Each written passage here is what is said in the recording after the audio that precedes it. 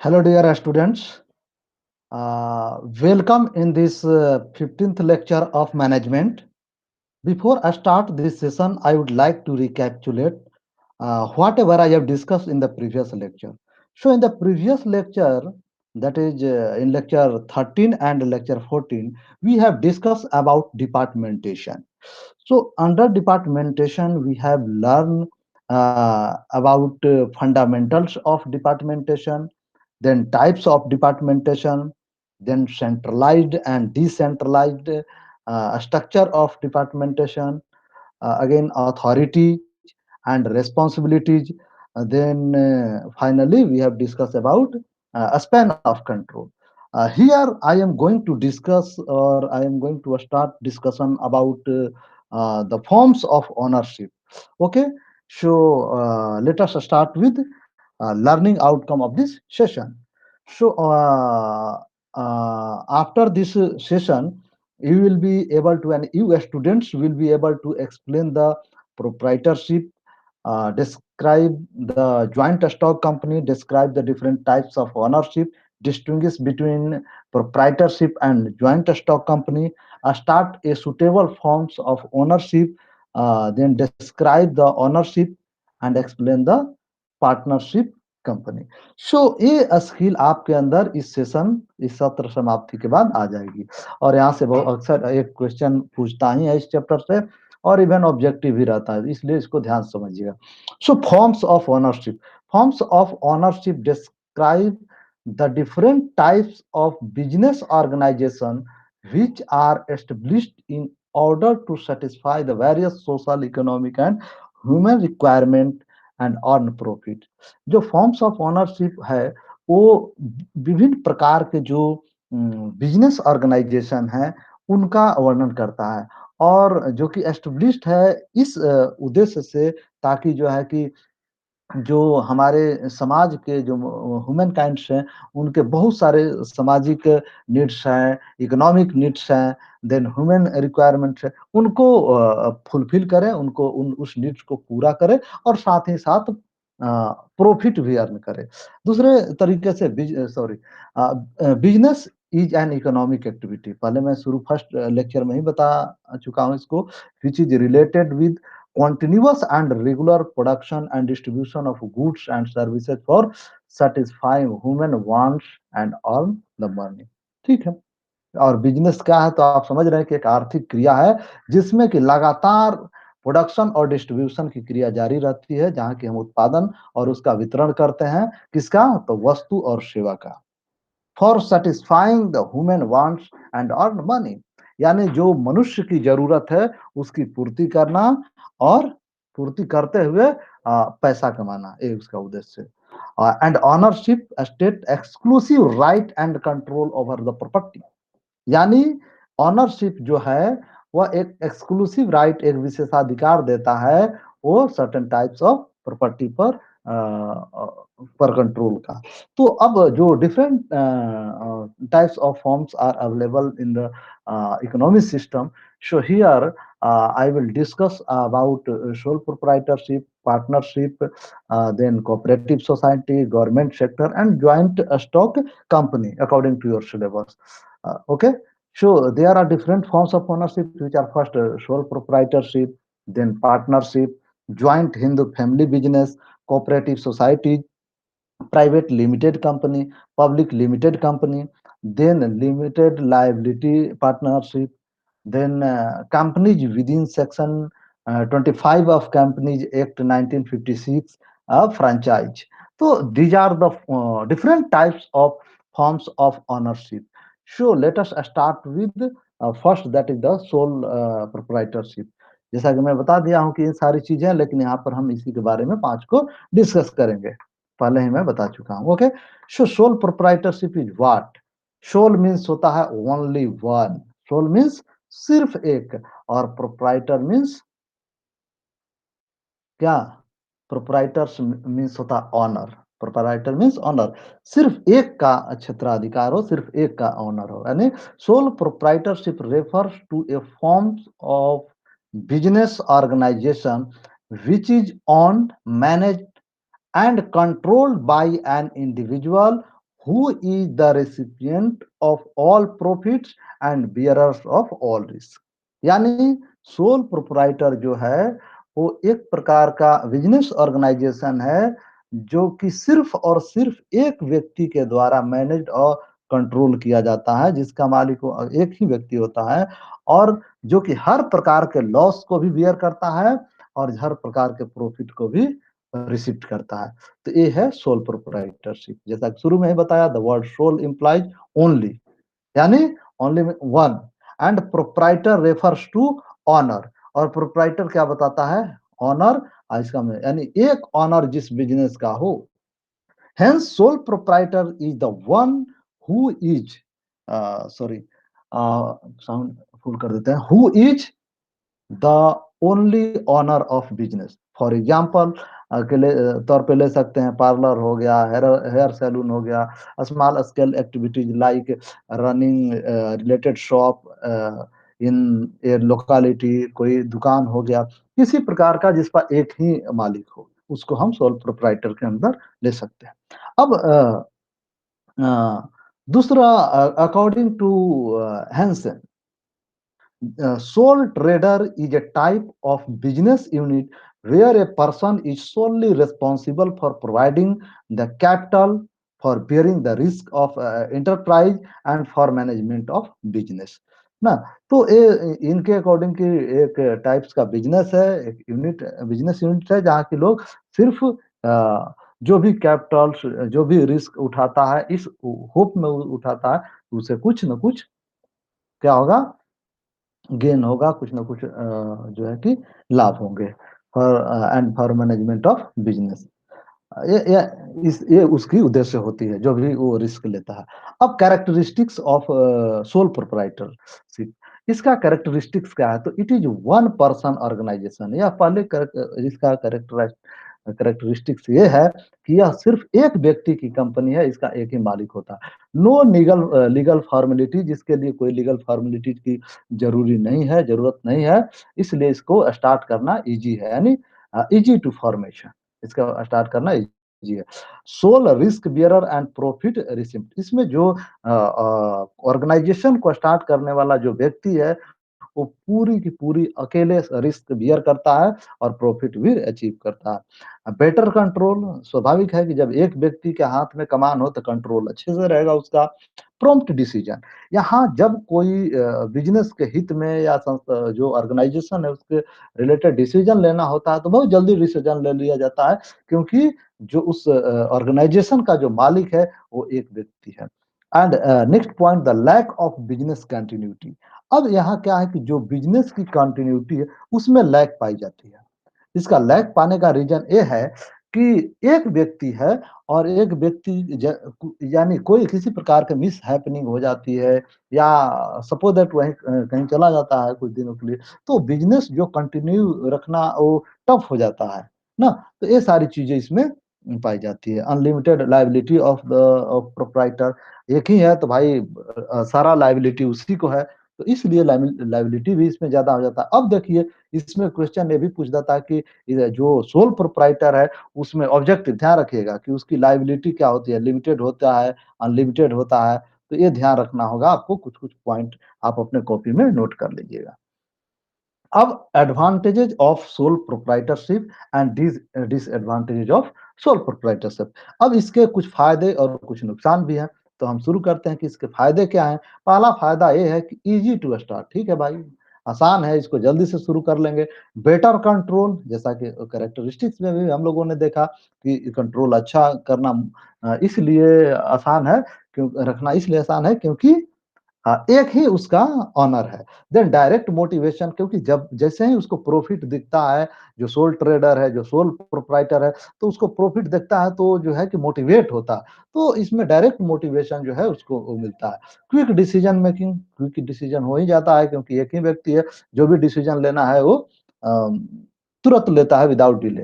And few legal requirement, और न ही के बराबर लीगल रिक्वायरमेंट की इसमें जरूरत होती है, इसीलिए आगे जो दिया गया है no legal legal requirement. Okay, अब इसके डिसएडवांटेजेस भी कुछ है। पहला ए है कि अनलिमिटेड लायबिलिटीज। देखिए इसमें जो लायबिलिटीज है वो अनलिमिटेड है। दूसरा, लिमिटेड फाइनेंशियल रिसोर्सेज। यदि उस बिजनेस का एक्सपेंशन करना है, उसको ज्यादा बढ़ाना है, तो उसके लिए ज्यादा फाइनेंस की जरूरत होगी, ज्यादा, तब जाके उसमें इन्वेस्ट किया जाएगा, उसका इनोवेशन किया जाएगा रिसर्च एंड डेवलपमेंट करके। तो ये सारी चीजें इसमें कम हो जाती है, क्योंकि फाइनेंस एक ही व्यक्ति उसका मालिक है और उसका स्रोत भी एक लिमिटेड हो जाता है। इसलिए यहाँ फाइनेंस जो है एक लिमिटेशन हो गया, डिसएडवांटेज है। Difficulty to management. जैसा एक ही व्यक्ति है तो हर चीज उसको परचेज से लेकर सारा मैनेजमेंट उसी को देखना होता है, इसलिए थोड़ा सा इसका मैनेजमेंट करना टफ काम हो जाता है। अब अनसर्टेनिटी ऑफ ड्यूरेशन, ये जो है कि जो अभी मैंने जैसा बताया कि जो इनका ड्यूरेशन है, ऐसा नहीं कि पूरे लाइफ कई वर्षों तक भी चलता रहे, ऐसा नहीं होता। क्यों? जैसे ही वो ट्रेडर की डेथ होती है, उनका लाइफ खत्म होता है, उसी के साथ ही बिजनेस भी खत्म हो जाएगा। इसका ये रीजन होता है कि ओनली वन उसका है सोल ट्रेडर, वो चाहे तो उसके नेक्स्ट जनरेशन कैरी कर सकता है, परंतु एक जैसा कि हम जानते हैं कि वो चीज उसमें नहीं, वो स्किल, वो बिजनेस करने की एबिलिटी, कैपेबिलिटी, वो सारी चीजें जो है नेक्स्ट पर ट्रांसफर होगा नहीं होगा, एक मतलब बहुमत की बात है। अब हम आते हैं partnership second. What is partnership? So partnership is the relationship between the persons desirous of starting a business, and they combine together to increase their resources, like that is capital, labor, skills and ability। यानी जो partnership है, जिसको हम साझेदारी कहते हैं, एक व्यवसाय शुरू करने के इच्छुक व्यक्तियों के बीच संबंध और उन मतलब संबद्ध एक हो ना, और वे अपने संसाधनों, वो जो संसाधन क्या है, तो कैपिटल है, लेबर है, स्किल है, एबिलिटी है, जो क्षमता है, को बढ़ाने के लिए एक साथ गठबंधन करते हैं और एक साथ जो है हाथ बढ़ाते हैं, मीटिंग करते हैं to start something, some organization for earning money. So the success of partnership depends upon mutual confidence, understanding, cooperation, and adjustment of members of accommodation. Sorry, members to accommodate and appreciate each other's view. And each of the partners should realize that uh, it is his business, and he should work hard to earn greater and greater profit। यानी इसका कहना ये है कि जो partnership है, जो partner का जो सफलता दिखता है, वो इस चीज पे दिखता है कि जितने भी म्यूचुअल कोऑपरेशन का मतलब जो है, आपको जैसा कि मैंने बताया कि जो म्यूचुअल कोऑपरेशन है, वो हम कितना एक दूसरे को कोऑपरेट करते हैं, कितनी बातों को कॉन्फिडेंस में रखते हैं, हमारी अंडरस्टैंडिंग किस तरह की है, एडजस्टमेंट ऑफ मेंबर, यानी जो मेंबर्स हैं उनके जो है कि बीच में एडजस्टमेंट, ऊंच नीच थोड़ी बहुत होती रहती है हर व्यक्ति में। वहीं लिखा हुआ partnership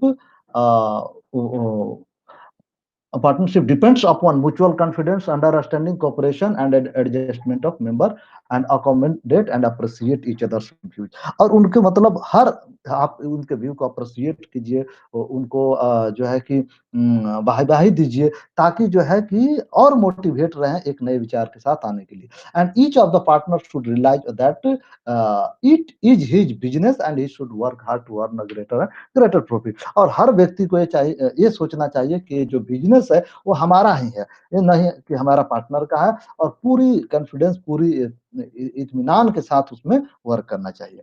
then partnership has been defined by the Indian Partnership Act 1932 as the relationship between persons who have agreed to share profits of a business concern carried on by all or any one of them acting for all। ना, यानी कि ये जो define करते हैं, आ, वो कहते हैं कि जो साझेदारी जो मौखिक रूप से जो कहते हैं कैन बी डिफाइंड 1900 जो 32 का एक्ट है, उसके अकॉर्डिंग ये एक एग्रीमेंट है लोगों के बीच में एक प्रकार की सहमति है, जो इस बात पे सहमत होते हैं कोई बिजनेस स्टार्ट करने के लिए, और उसके उसमें जो भी प्रॉफिट होगा उसको उस प्रॉफिट को जो बराबर अमाउंट या जिस अमाउंट में उनको शेयर करने के लिए उनके बीच में क्या बोलते हैं कि एग्रीमेंट हुआ होगा, उसके अकॉर्डिंग अपने बीच में वो बांटते हैं। और then that is the every partner is liable and responsible for the act of other partners in the business। और जो every partners, जो हर partners है ये हर एक दूसरे के एक्ट के लिए रिस्पॉन्सिबल है, others partner, and to avoid any complication at a later stage the constitution of company may be written in an agreement for For the best partnership, the number of partners should not be more than 6। इसमें एक आ जाता है कि जो best partnership है, उसमें जो numbers of partners हैं वो 6 से ज्यादा नहीं होना चाहिए। एंड लेसर इज बेटर, और जितना कम से कम पार्टनर होगा उतना ही ज्यादा अच्छा रहेगा। So it generally happens that persons with good ideas and experience of business make proprietorship with money people। thus money and knowledge both are combined to earn profit। यानी ये कहता है कि एक ये जनरली एक लोगों की जो आइडिया, जो एक्सपीरियंस है, और उसका, और जो मनी वैसे पैसा वाले लोगों के साथ दोनों का मिक्सअप करके, और फिर मनी और नॉलेज को कंबाइन करके प्रॉफिट अर्न करने की एक प्रक्रिया होती है इसमें, जो पार्टनरशिप में। एंड जो ज्यादा ऑब्जेक्टिव जो क्वेश्चन पूछता है वो यहाँ से ध्यान रखिएगा, minimum number of partner is 2 and maximum is 10 for banking business. Banking type का बिजनेस है तो उसमें मैक्सिमम पार्टनर 10 हो सकते हैं, and 20 for other types of business में मैक्सिमम पार्टनर होंगे। तो ना तो जो other maximum जो numbers of partner is 2 and sorry 2 minimum होंगे, और मैक्सिमम 10 होंगे बैंकिंग के केस में। अदर टाइप्स के बिजनेस होंगे तो वहां पे 20 होंगे, ये ध्यान रखिएगा। यहाँ क्वेश्चन ऑब्जेक्टिव रेज करता है। अब एडवांटेजेस ऑफ पार्टनरशिप ऑर्गेनाइजेशन। अब पार्टनरशिप ऑर्गेनाइजेशन के क्या लाभ हैं? तो this type of organization has following important advantages. First is it can be formed without much legal formalities and without heavy expenditure of organization and stamp duty। ठीक है, इसमें भी ज्यादा हमें हैवी एक्सपेंडिचर की जरूरत नहीं होती है, लीगल फॉर्मेलिटीज की भी ज्यादा जरूरत नहीं होती है, इसलिए ये भी जो है इजीली स्टार्ट किया जा सकता है। यानी जो दूसरी यदि हम ज्वाइंट स्टॉक कंपनी की बात करें तो उसके रिस्पेक्ट में यहाँ कम फॉर्मेलिटीज होती है, legal formality. This types of organization enjoy more freedom and it is not subject to strict government supervision ना। ये इनको ज्यादा फ्रीडम होता है, ज्यादा फ्रीडम एंजॉय करते हैं। Okay, then due to more number of owners the amount of capital that can be collected is more than that in the case of sole trader organization. यानी यहाँ जो कैपिटल, जो amount collect किया जाता है, जो पैसा इकट्ठा किया जाता है बिजनेस के लिए, वो जो सोल ट्रेडर होते हैं, जो सिर्फ एक व्यक्ति थे, जैसा कि पीछे मैंने डिस्कस किया, उसके बनिस्पत उनके तुलना में ये बेटर होता है। यहाँ ज्यादा पैसा हम फंड इकट्ठा कर सकते हैं। Fourth point, in this type of organization persons possessing different abilities and skills are chosen and brought together। So therefore the managerial ability of the firm as a whole would be much greater than in case of sole trader। Okay, तो ये चीज जो है कि जो managerial ability है वहाँ इसलिए ज्यादा होता है कि यदि सोल ट्रेडर में एक ही व्यक्ति है तो एक ही दिमाग चल रहा है। यहाँ पार्टनर्स ज्यादा हैं तो डिफरेंट टाइप्स के स्किल उनके पास है, डिफरेंट टाइप्स की उनकी थिंकिंग है। उसके बाद जो उनका नॉलेज है वो सेपरेट सेपरेट लेवल पे है, सेपरेट पार्टनर्स का। तो इसलिए इनकी मैनेजरियल एबिलिटी जो है सोल ट्रेडर के रिस्पेक्ट में यदि तुलना में देखें तो बेटर होता है। And fifth is the affair, sorry, हाँ, affairs of firms can easily be kept secret। और इसमें जो है कि जो उसका मामला है, जो फर्म से रिलेटेड जो भी मैटर है, उसको सीक्रेट रख सकते हैं। क्योंकि यदि जॉइंट कंपनी को देखें तो उसके रिस्पेक्ट में यहाँ कम लोग होते हैं, तो 2-3 लोग यदि काफ़ी अच्छे से उस पे मंतव्य बना लें कि इस मैटर को हमें सही से सीक्रेट रखना है, डिस्क्लोज़ नहीं करना है, तो it is possible. Disadvantages or limitations of partnership organization. First, due to unlimited liability, risk involves is more. यहाँ भी अनलिमिटेड अनलिमिटेड लायबिलिटी जो होती है, ये ध्यान रखिएगा, ठीक ना। और तो रिस्क मोर होता है। आफ्टर द डेथ और retirement of any partners, the partnership organisation में come to in come to an end. तो यदि कोई पार्टनर का डेथ हो जाता है, मृत्यु हो जाता है, तो उस कंडीशन में भी पार्टनरशिप ऑर्गेनाइजेशन को खत्म होने की संभावना रहता है। Then it can raise much less capital in comparison to joint stock company. No, so it is therefore unsuitable for modern industry because they require huge capital and large number of managerial abilities. तो यदि हम आज के modern point of view से देखें, तो ये उतना बेहतरीन उसके लिए नहीं है, क्योंकि उनके लिए ज्यादा कैपिटल की जरूरत होगी और यहाँ उतना कैपिटल के अरेंजमेंट नहीं हो पाता है। Then sometimes due to some misunderstanding, friction may arise between the partners and which affect adversely on the efficiency and expansions of business. तो इस तरीके से यदि देखिए कुछ ना कुछ कभी मिसअंडरस्टैंडिंग हो गई लोगों के बीच में, तो इससे क्या होता है कि उनके बीच में, पार्टनर के बीच में जो है कि फ्रिक्शन हो जाएगा, थोड़ा-सा मोटापा आ जाएगा उनके बीच, घर्षण हो जाएगी, बनेगा नहीं। तो इससे भी उस जो है ऑर्गेनाइजेशन पर उसका बैड इम्पैक्ट पड़ेगा। एंड अगेन फिफ्थ पॉइंट, तो all the partners are jointly and severally liable for the act of each partner. So who is placed in charge of management? Thus, sometimes mistake of one partner may cause a big loss to all the partners. तो ये सारी चीज, क्योंकि हर व्यक्ति यही सोच के काम करता है कि मेरी कंपनी है।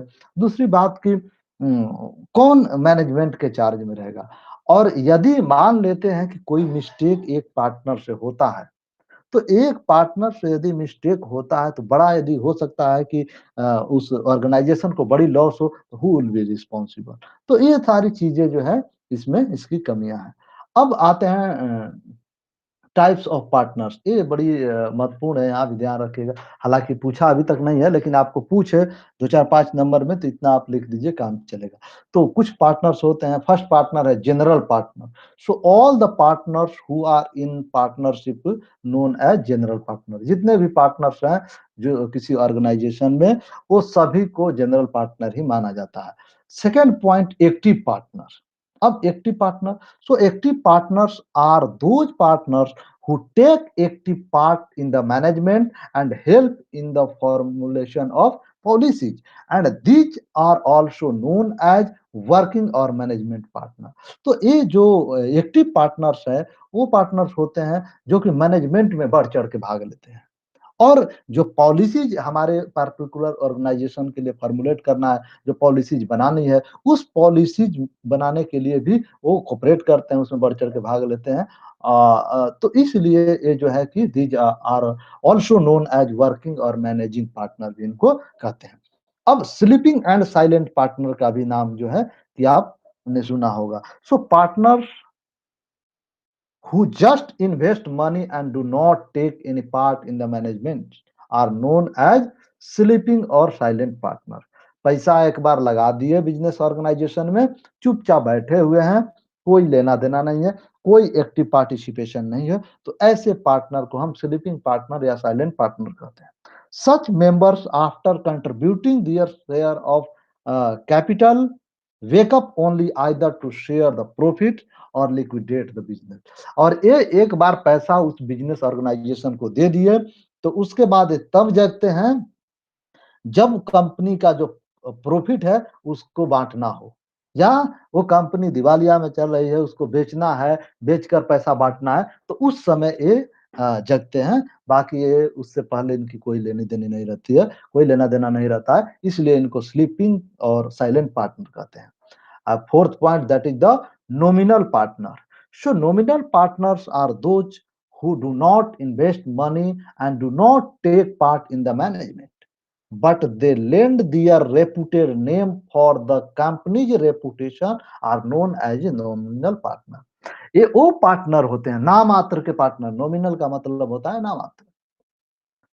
Partners who do not invest money, वो पैसा इन्वेस्ट नहीं करते हैं। Do not take part in the management, even वो मैनेजमेंट में भी, कंपनी के ऑर्गेनाइजेशन के मैनेजमेंट में भी भाग नहीं लेते हैं, but they lend their reputed name, लेकिन अपना जो प्रतिष्ठित नाम है, अपना जो है कि ख्याति प्राप्त नाम है, उसको कंपनी कंपनी के रेपुटेशन के लिए, उसको कंपनी के जो है कि जल्दी से लोगों लोगों के बीच में जागरूक हो जाए, उसके लिए वो देते हैं अपना नाम। एंड द नॉमिनल पार्टनर्स में however associate themselves only after ascertaining the soundness of the business।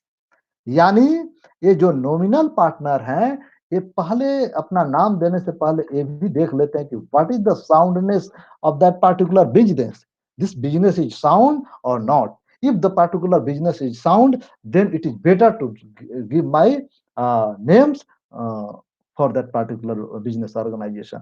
तो ये पार्टनर अपने नाम से देकर, जैसे मान लेते हैं, एग्जांपल से समझ लेते हैं कि अमिताभ बच्चन ने किसी पार्टिकुलर ऑर्गेनाइजेशन के लिए अपना नाम दे दिया, तो इससे तुरंत ही पूरे इवन वर्ल्ड में, पूरे इंडिया भर में उस बिजनेस ऑर्गेनाइजेशन को लोग जान जाएंगे।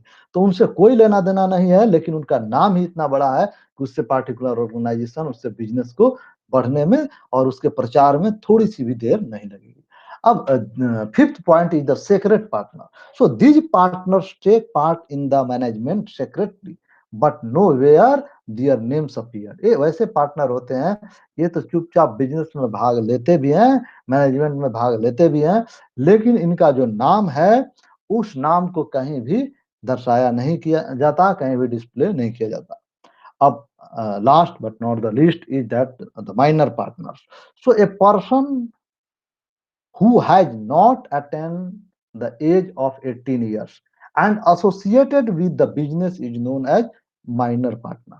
यानी वो जो 18 साल के कम उम्र का व्यक्ति है, वो 18 साल का उम्र तो प्राप्त नहीं किया, लेकिन वो बिजनेस ऑर्गेनाइजेशन में अपना कंट्रीब्यूशन दिया है, पार्टिसिपेट किया है, तो उसको हम माइनर पार्टनर कहते हैं। Such partner can be allowed only with the consent of other members and his liability is limited to investment only, that is the limited liability। यानी ये पार्टनर को अलाउ बिजनेस में तभी किया जाएगा जब किसी दूसरे मेंबर का कंसेंट मिले, ठीक ना, तभी उनको एंट्री मिलेगी। सो formation of partnership can be formed either verbally or by written agreement, but to avoid the possibility of misunderstanding and further troubles which can arrive at the latter stage, it is desirable to enter into a written agreement। So this written agreement is known as partnership deed। होता क्या है कि कभी ना कभी जानते हैं कि आज हम दोनों के बीच में अच्छा संबंध है, अच्छा रिलेशन है, तो बिजनेस ग्रो कर रहा है। कल कभी ना कभी किसी प्रकार का म्यूचुअल जो है कि अंडरस्टैंडिंग अच्छा नहीं रहा, मिसअंडरस्टैंडिंग किसी मैटर को लेकर हो गया, या कुछ ऐसी भी हुई, प्रॉफिट को भी दोनों लोग सोचे कि हम ही ज्यादा से ज्यादा जो है इसको अक्वायर करें, इसका ज्यादा पार्ट हम ही रखें। तो इस तरीके से लेकर किसी न किसी तरीके से प्रॉब्लम क्रिएट हो सकता है। इसलिए चाहते हैं कि हम सर्टेन रूल्स रेगुलेशन के तहत इस पर एग्रीमेंट कर लें, और इस तरह के जब उसमें एग्रीमेंट करते हैं तो उस रिटर्न एग्रीमेंट को हम बोलते हैं पार्टनरशिप डीड। तो कभी ऑब्जेक्टिव यहां से भी पूछता है, तो आप ध्यान रखिएगा व्हाट इज पार्टनरशिप डीड। अब आते हैं, that is the last point of this lecture is joint stock company. So joint stock company a business organization created by law having a separate legal entity with a perpetual succession and common seal is called joint stock company। तो एक line में यदि 2 number का आपका पूछे कि what is joint stock company, define joint stock company, आप बस यही एक लाइन लिख दीजिए, 2 लाइन, कि ये business organization created by law, जो कि कोई बिजनेस ऑर्गेनाइजेशन लॉ के द्वारा क्रिएट किया गया हो, हैविंग सेपरेट लीगल एंटिटी, जिनका सेपरेट लीगल एंटिटी हो, विद परपेचुअल सक्सेशन, लगातार जो बना रहे, एंड कॉमन सील, जिन सभी का उनका सील कॉमन हो, उस तरह के उसे हम क्या कहते हैं, ज्वाइंट स्टॉक कंपनी कहते हैं। अब according to Henry, a joint stock company is a voluntary organization of individuals for profit having its capital divided into transferable shares। जो हेनरी का है वो कहते हैं कि जो ज्वाइंट स्टॉक कंपनी है वो सब इंडिविजुअल व्यक्तियों का एक वॉलंटरी ऑर्गेनाइजेशन है, जो इच्छित समूह है कि लोग अपने इच्छा से उसमें कोऑपरेट करके, शेयर करके और उसको क्रिएट करते हैं। Having its capital divided into transferable shares, अर्थात इसका जो कैपिटल है, इसका जो धन है वो ट्रांसफरेबल है। आज मैंने शेयर खरीद कर उस कंपनी में पार्टिसिपेट किया, मालिकाना हक प्राप्त किया, कल जरूरत पड़ी तो उस शेयर को हम दूसरे के पास बेच सकते हैं और अपना पैसा लेकर अपना मालिकाना हक भी खत्म कर सकते हैं। तो इस तरीके से अब it is a creation of law and exist independent of its member, यानी that is the artificial person. यानी यहां भी पूछता है ऑब्जेक्टिव की क्या है, तो joint stock company artificial person. क्यों आर्टिफिशियल? कि ये परपेचुअल सक्सेशन होता है इसका लगातार, यानी यदि पार्टनर्स रहे, उनकी डेथ भी हो गई, खत्म भी हो गए, फिर भी एक कंपनी चलता रहेगा थ्रू आउट द पीरियड, क्योंकि इसका जो उत्पत्ति हुई है इस ऑर्गेनाइजेशन के लॉ के द्वारा, और ये इंडिपेंडेंट है अपने मेंबर से। मेंबर आते रहेंगे, जाते रहेंगे और कंपनी चलती रहेगी। तो ऐसा नहीं है कि किसी पार्टनर का डेथ हो गया, किसी मेंबर का डेथ हो गया तो इससे ज्वाइंट स्टॉक कंपनी खत्म होगी, जैसा कि हम लोगों ने पढ़ा सोल प्रोप्राइटर में और पार्टनरशिप में।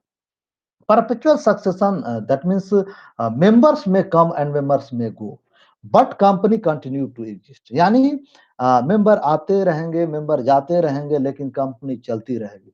तो इसलिए कहता है कि ये कंपनी लगातार बनी रहेगी। The liability of member is limited. अब देखिए यहाँ सबसे महत्वपूर्ण कि किस कंपनी में, टाइप्स के ऑर्गेनाइजेशन में लाइबिलिटी लिमिटेड होता है, अनलिमिटेड होता है। यहाँ भी आपसे ऑब्जेक्टिव पूछेगा कि ज्वाइंट स्टॉक कंपनी में लाइबिलिटी क्या होती है, लिमिटेड होती है कि अनलिमिटेड होती है, तो यहाँ लिमिटेड रहता है।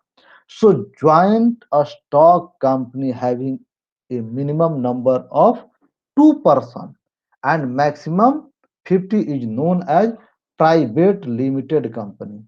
यानी वैसा ज्वाइंट स्टॉक कंपनी जिसमें कम से कम 2 व्यक्ति और अधिक से अधिक 50 व्यक्ति हो, उस तरह के ज्वाइंट स्टॉक कंपनी को हम क्या कहते हैं, private limited company. But in case of public limited company the minimum number of members is 7 and maximum number of members is unlimited।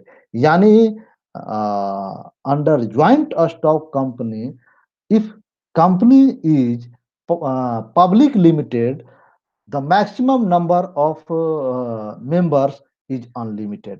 तो आप ध्यान रखिएगा कि बहुत वीवीआई क्वेश्चन यहाँ से भी आपको पूछ सके कि किसमें अनलिमिटेड मेंबर होते हैं। वहां दोनों option private limited, public limited, तो मैक्सिमम उसका फिक्स नहीं है पब्लिक लिमिटेड में।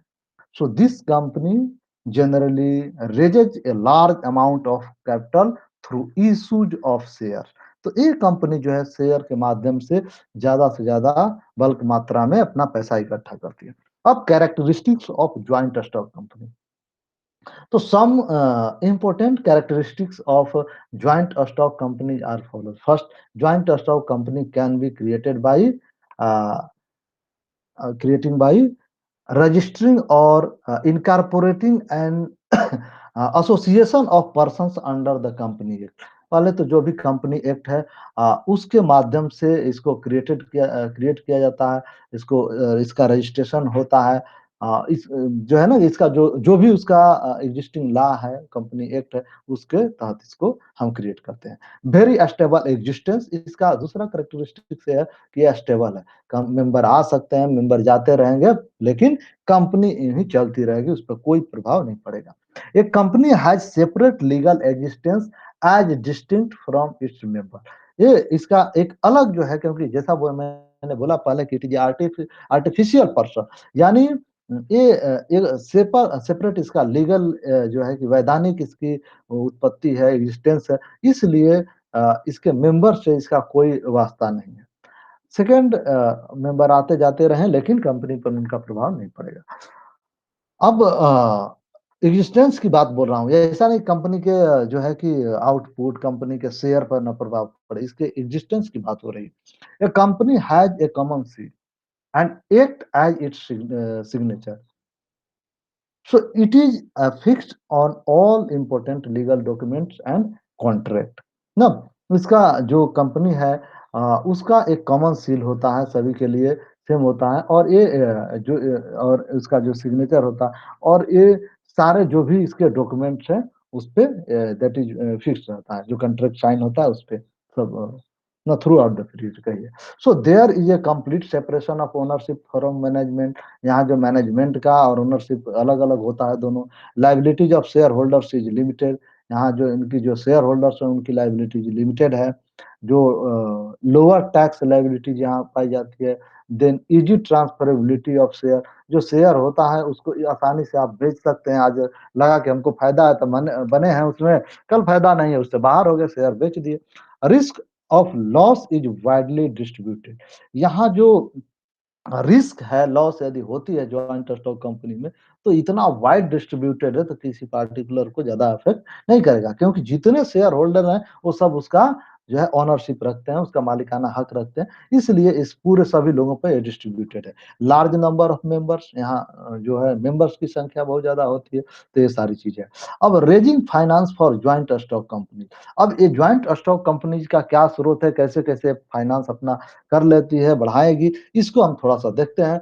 सो money is necessary to start and to keep a business running, और it is also needed to meet the expansion, replacement, alteration, and the required capital is supplied by individual societies, even association, and funds can also be taken from banks, financial corporation, etc.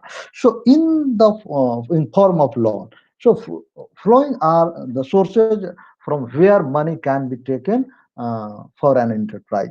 तो जैसा कि मैंने बताया कि जो किसी भी particular organisation को स्टार्ट करने के लिए मनी उसका लाइफ ब्लड कर सकते हैं, और इसका जो चाहे उसका एक्सपेंशन करना हो, कंपनी को रिप्लेसमेंट करना है, कंपनी में परिवर्तन करना है, द रिक्वायर्ड कैपिटल जो है वो इंडिविजुअल से ले सकते हैं, सोसाइटी से ले सकते हैं, किसी एसोसिएशन से ले सकते हैं, इवन हम लोन के रूप में बैंक से ले सकते हैं, फाइनेंस कारपोरेशन से ले सकते हैं।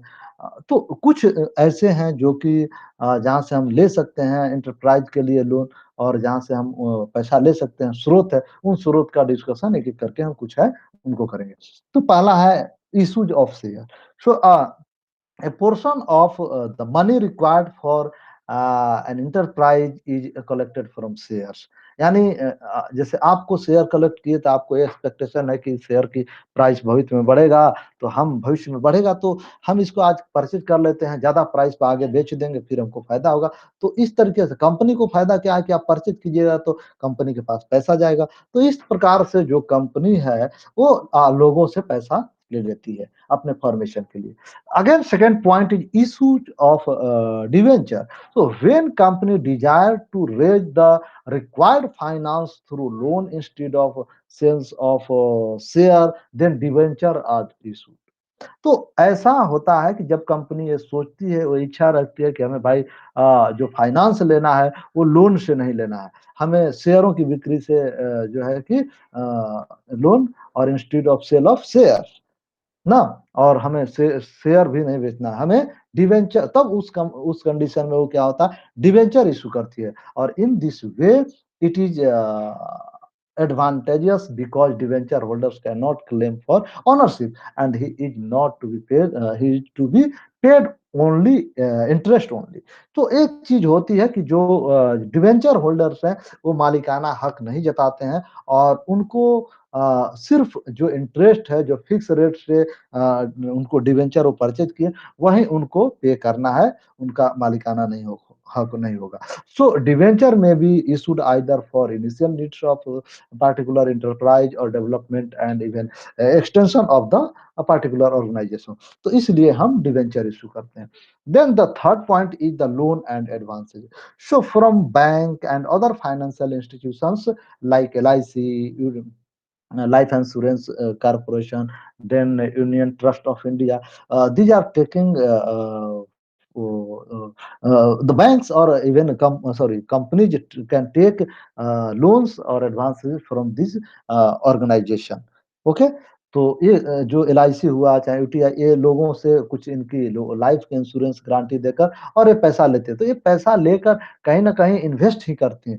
तो कहीं ना कहीं एंटरप्राइज के लिए एक स्रोत है कि यहाँ से भी वो पैसा ले सकते हैं लोन के तौर पे। Then final fourth point is the state loans from industrial corporation, state finance corporation और थ्रू इंडस्ट्रियल डेवलपमेंट कारपोरेशन। तो ये सारे हैं स्रोत भी है जहाँ से भी लोन लिया जा सकता है जॉइंट स्टॉक कंपनी के लिए। अब आते हैं कि कुछ ना डिसएडवांटेजेस और एडवांटेजेस भी है ज्वाइंट स्टॉक कंपनी का। सो फर्स्ट जो डिसएडवांटेजेस है सॉरी एडवांटेजेस है वो है परपेचुअल एग्जिस्टेंस। पहली अच्छी बात ये है कि चलिए ये ज्वाइंट स्टॉक कंपनी है वो आजीवन एग्जिस्ट करेगा, परपेचुअल लगातार बना रहेगा। इसमें एक्सपेंशन की स्कोप है, इसको बढ़ाया जा सकता है। ठीक ना? कोई बड़े शेयर होल्डर आए सोचे कि इसका विस्तार संभव है ना, मतलब इसका विस्तार संभव है। सोशल बेनिफिट इसमें, सामाजिक लाभ इसमें ज़्यादा है क्योंकि सभी व्यक्ति को जो भी शेयर पर जो होल्डर हैं वो मालिकाना हक रखते हैं। तो कोई भी इनका इनकमिंग आउटगोइंग जारी रहता है। ठीक ना? नेक्स्ट जो रिसर्च एंड डेवलपमेंट की अपॉर्चुनिटी इसमें है क्योंकि बहुत बड़े पैमाने पर होता है। ट्रांसफर ऑफ शेयर की जो फैसिलिटीज है कि आज किसी कोई व्यक्ति चाहता है कि हमें ज़रूरत है, इंस्टेंट शेयर को बेचा और वो लिक्विडेट कर लिया, तो अपने मनी को लिक्विड फॉर्म मनी फॉर्म में कर दिया। तो ये चीज़ है।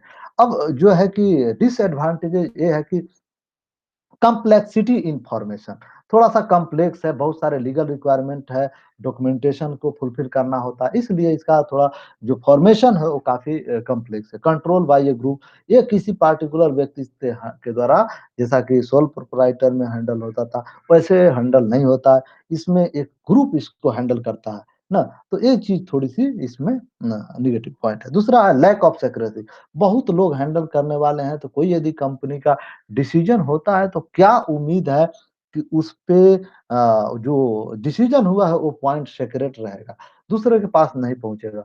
तो इसमें एक डर रहता है कि जो सीक्रेसी मेंटेन होनी चाहिए वो मेंटेन ना हो पाए, उसका लीक हो जाए। डिले इन पॉलिसी डिसीजन, बहुत सारे लोग हैं जो है कि भिन्न-भिन्न जो लोगों की भिन्न-भिन्न राय हो सकती है। तो अ मतलब मुंडे-मुंडे भिन्नता जो होती है ना कहते हैं एक ठो, तो हर मस्तिष्क का अलग-अलग सोच है, तो इसमें पॉलिसी डिसीजन होने में भी लेट होने की संभावना रहती है। And again final points but not the least sorry this is the last but not the least is it requires a large number of legal formalities. और जो लीगल फॉर्मेलिटीज है बहुत ज़्यादा इसमें लीगल फॉर्मेलिटीज की ज़रूरत होती है, इसलिए लोग जॉइंट स्टॉक कंपनी की तरफ नहीं बढ़ना चाहता। तो इस लेक्चर के आधार पर आपको ये असाइनमेंट फॉर सेल्फ असेसमेंट है, कुछ क्वेश्चंस है, आप इसको सॉल्व कीजिए और आप अपनी एबिलिटी को चेक कीजिए कि आपने में क्या लर्निंग हुई। कुछ ग्रोसरी वैसा लर्न लगे तो आप यहाँ देख लीजिए और जहाँ से मैं एनसीईआरटी और ये 2 बुक से मैं बनाया हूँ, हाँ? जो इंजीनियरिंग इकोनॉमिक्स, तो वहाँ से आप पढ़ना चाहें तो पढ़ सकते हैं। ओके? सो इस तरीके से आज के हम इस लेक्चर में हम लोग क्या-क्या लर्न किए, तो आज के इस लेक्चर में हम लोग पढ़े पहला कि प्रोप्राइटरशिप, सोल प्रोप्राइटरशिप क्या होता है, पार्टनरशिप क्या होता है एंड जॉइंट स्टॉक कंपनी क्या होती है। सो इसमें इसके हम एडवांटेजेस और डिसएडवांटेजेस देखे सभी का, यानी sole proprietorship, partnership and joint stock company. ठीक है? तो इसी के साथ इस लेक्चर को मैं अंत करता हूँ। नेक्स्ट लेक्चर में इसके रेस्ट 2 है गवर्नमेंट कंपनी और जो है कोऑपरेटिव सोसाइटी पढ़ाऊँगा। ओके? तो thank you for your patience and